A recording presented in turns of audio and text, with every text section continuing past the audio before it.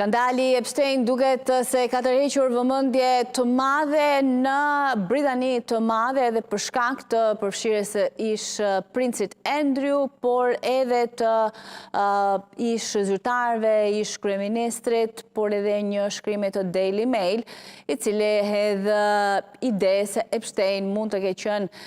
një agent i KGB-s, Mossadit izraelit, pra gjithçka çfarë ai ka bërë të ketë qenë në shërbim të një farë shantazhi që ju bëhej shumë zyrtarëve të ndryshëm. Jakub Azemi, pedagog në Universitetin College London, është me mua në këtë lidhje të drejtë për drejtë për diskutuar pak çfarë po ndodh në Britani të Madhe pas publikimit të kësaj dosje. Zoti Azemi, mirëmëngjes, faleminderit shumë që jemi ne. Përmëndej që më keni thirë, në fillim t'ju bëj një korrektim në nuk jam pedagog tashmë, por jam i afishuar tek University College London, ku kam bërë studimet dhe tashmë së fundi kam publikuar një libër nga studimet e mia. Për t'ju kthye pyetjes tuaj po, dosja Epstein marrë në fund publikimi dhe dikun rreth 3 milion faqe, kopje, dokumenteve cilat ashtu dikun citohen të jenë liruar nga në Shtetet Bashkuara të Amerikës. Përsëri ka godit ish princin Andrew, i cili tashmë është i zhveshur nga të gjitha atributet mbretërore dhe kualitetet e tjera të cilat i ka gëzuar në mbretërinë e bashkuar, në familjen mbretërore, i cili tashmë bën një jetë praktikisht të izoluar. Lirimi këtyre dosjeve tashmë po natyrisht ka shkaktuar dyshime të mëdha se Jeffrey Epstein ka qenë në shërbim të shërbime sekrete sikur të Mossadit izraelit apo edhe të KGB-s. Mirë po, këto mbeten në domenin e spekulimeve, ndoshta janë më shumë spekulime në teoritë konspirative të medjave të publikut, cilat për shkak të aksesit madh që ky individ kishte tek njerëz me fuqi si në fushën politike, financiare, akademike, domosdoshmë që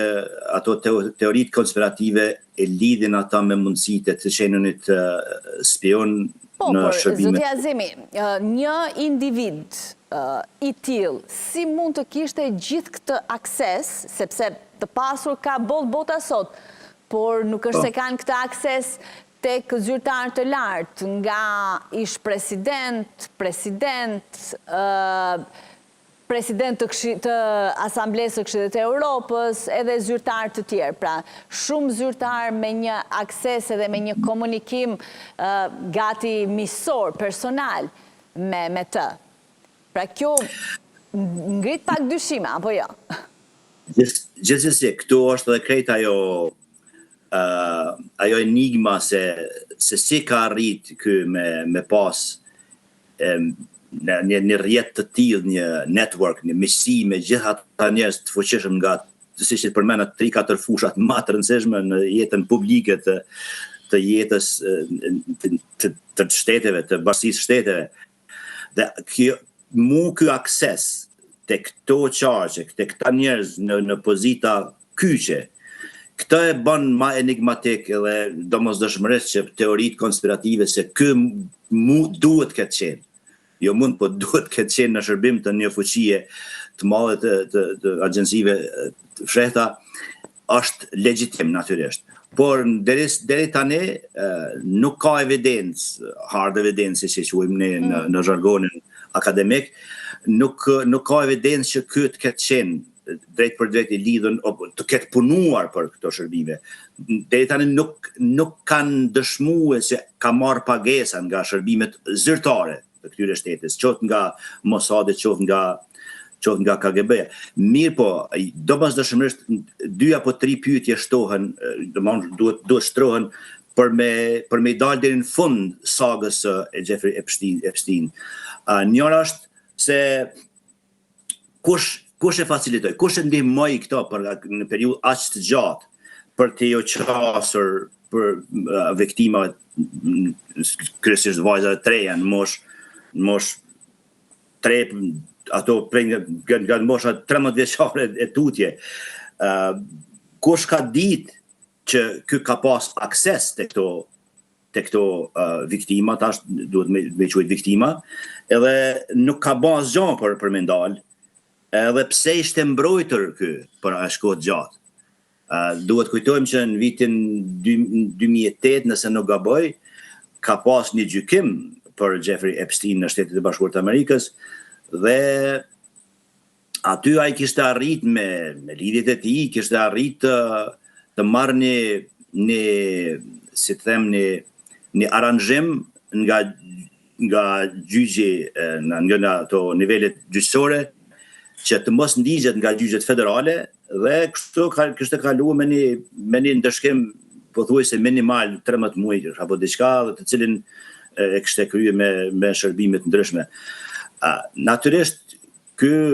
vjen duke synuar me ju përgjigj asaj pyetjes nga ky ka pas lidhje me atë zonjën Maxwell, e cila tashmë është e dënuar dhe povuan dënimin në burg, por shërbimet e saj, trashëgimia e shërbimeve vjen nga i ati i saj. Ai kishte qenë një Robert Maxwell, ka ishte qenë një tajkun i mediave, një njeri shumë i pasur, njeri involvuar në politikën britanike, me lidhjet forta si në SBA, si në vende tjera, dhe kur kishte vdek, ai kishte pas dëshiruar dhe dëshira e tij është respektuar të varrosej në Izrael. Kështu që lidhjet e tij me Izraelin, me këto domosdoshmërisht i kanë shtuar teoritë konspirative që ky duhet këtë qenë në shërbim të shërbime sekrete.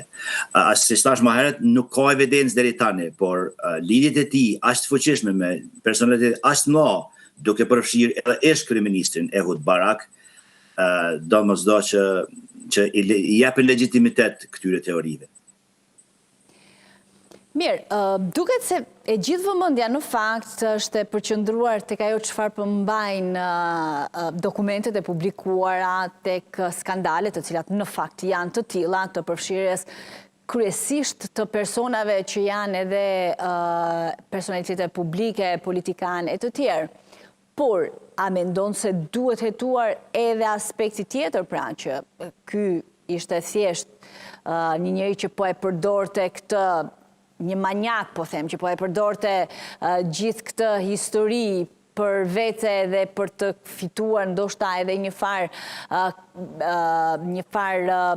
kredibiliteti, apo për të pasur akses tek njerëz të fuqishëm, apo ishte në shërbim të një tjetër agende?